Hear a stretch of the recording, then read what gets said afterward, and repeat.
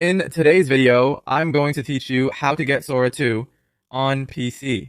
By the end, you'll have Sora 2 running from your desktop like a native app, so it opens in its own window and is easy to find and launch. First, a quick overview of what we're doing. We're turning the Sora 2 website into an app-like experience on your PC using your web browser. This is often called installing a site as an app, and it's a great way to keep Sora 2 separate from your other tabs, with a shortcut in your start menu or on your taskbar. You don't need to download any extra software beyond your browser. Let's prepare. Open your preferred browser on your PC. I'll demonstrate with Microsoft Edge, but this also works similarly in Google Chrome. Make sure your internet connection is stable and your browser is up to date for the smoothest experience. Now navigate to the official Sora 2 website.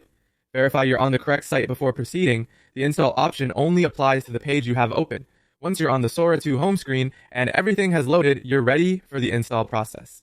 Now for the installation. In Microsoft Edge, look at the top right corner of the browser and click the three dots to open the menu. From there, choose More Tools, then hover over Apps. You should see an option that says Install this site as an app. Click that. A small window will appear asking you to confirm. You can keep the default name or adjust it to something you'll recognize like Sora 2. If you see an option to open in a new window, leave that checked so it behaves like a standalone app. Confirm the install and Edge will create the app and usually offer to pin it to your taskbar and start menu. Accept those prompts if you want quick access. If you're using Google Chrome, the flow is nearly the same. Click the three dots, go to More Tools, and look for Create Shortcut or Install Page as App. Choose to open in a separate window, then confirm. The result is the same, a dedicated Sora 2 app entry on your PC.